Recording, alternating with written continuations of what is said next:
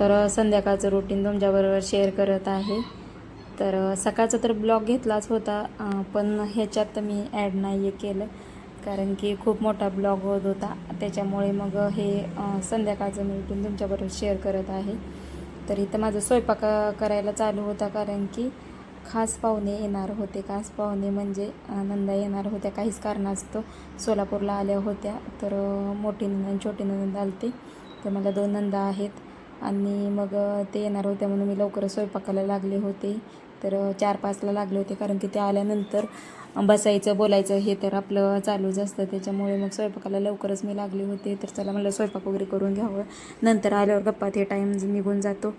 तर मग इथं मी वरणासाठी तुरीची डाळ लावलेली आहे.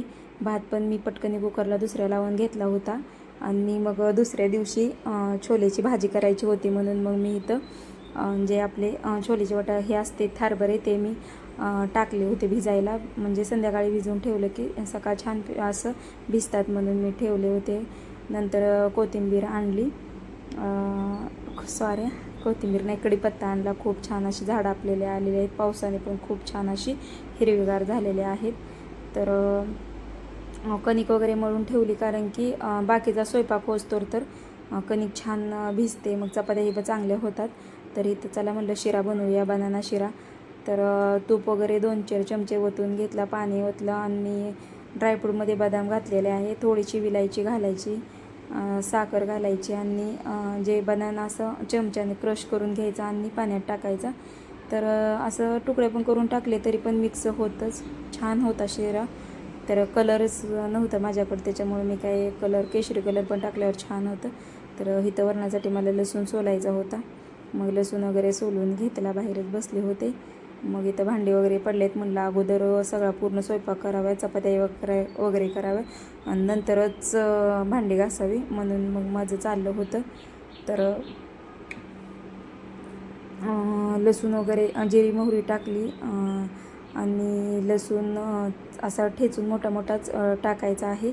तर कढीपत्ता कोथिंबीर टाकले, मीठ चवीनुसार आपल्या टाकायचं आहे आणि इथं झालं वरण. तर मग पनीरची भाजी आणायची होती हॉटेलमधून, मग त्याच्यासाठी मग वरण, वांग्याची रस्सा भाजी आणि चपाती, भात असं बनवलं होतं मेनू. तर इकडं मग म्हणलं चला चपात्या पटकन करून घ्या होत्या. तर तुम्हाला एक सांगू का, माझ्या नंदांचं असं आत्ता तर ते आज येणार आहे तर उद्या जाणार आहे असं होणार आहे.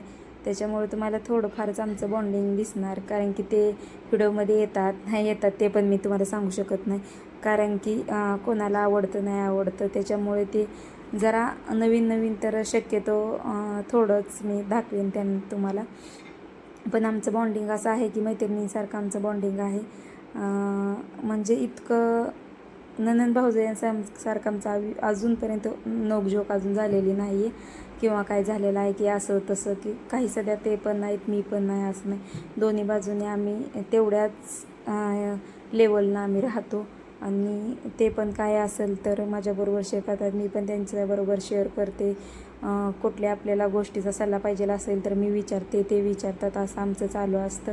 आणि मैत्रिणींसारखं असतं. 4 दिवस तर आले तर वाटतं की 1 दिवसच आले आणि गेले, असं राहिले तर अजून राहावं असं वाटतं. असं आमचं बॉन्डिंग आहे. आणि मला खरं सांगू का, मामाच्या घरी दिलेलं आहे ते मामाच्या मुली आहेत आणि ते मी त्यांना खरं सांगू का वहिनी म्हणते. आमच्या इकडल्या साईडला मामाच्या मुलींना किंवा आत्याच्या मुलींना मोठ्या आपल्या वयापेक्षा जास्त असलं तर वहिनीच बोलतात. तर असं आमचं काही रिलेशन आहे आणि दोघी पण छान आहेत. आपण पण छान वागायचं, ते पण छान वागतात, असं असते. दोन्ही बाजूंनी विचार करून राहिलं की खूप छान असं रिलेशन टिकतं राहतं. तर इथं माझा सगळा स्वयंपाक वगैरे झाला होता, किचन आवरलं आणि पटकन अशी भांडी घासून घेतली. तर माझं 7 वाजेपर्यंत तर पूर्ण स्वयंपाक झाला होता कारण की मुलांचा अभ्यास त्यांचा घेत हे सगळं माझं चालू होतं त्यांना सांगत. आणि मग आम्ही 7 वाजल्यापासून वाट बघत होतो, ती 8:30 त्यांना यायला वाजल्या. मग 8:30 वाजल्यावर नंतर 1-1.5 तास आम्ही बसलो, गप्पा मारल्या आणि नंतर मग जेवण वगैरे केलं कारण की छोट्या नंदाची मुलगी आहे ती तिच्या आजीजवळ ठेवली होती म्हणून मग तिला आणायला तिकडं गेले त्याच्यामुळे त्यांना यायला उशीर झाला होता. ही माझी मोठी नणंद आहे. मग इथं चहा पाणी वगैरे केलं आणि पोर्चमध्येच आम्ही बसलो होतो गप्पा मारत. मग बारकी नणंद पण दाखवते. हे बारकी नणंदबाई आहेत, पुण्याला असतात त्या. आणि मग त्यांची मुलगी, ही मुलगी आहे त्यांची. तिला ब्लॉगमध्ये बोलायला खूप आवडतं बरं का. मग ते आता चालल्या होत्या, सकाळी लवकरच जाणार होत्या कारण की 10च्या बसने त्यांना पुण्याला जायचं होतं. ते पण टीचर असल्यामुळे त्यांना सुट्टी 2च दिवस भेटली होती. मग 3ला सोडून आले आणि मग 10 वाजता ह्या म्हणजे मोठ्या नणंदबाई निघले. त्यांच्या पण घरची अडचण असल्यामुळे ते पण लवकरच निघलेत. त्यांना पण जायचं होतं. तरी तो स्वयंपाक वगैरे आवरून जेवण हे करून ते मग निघाले.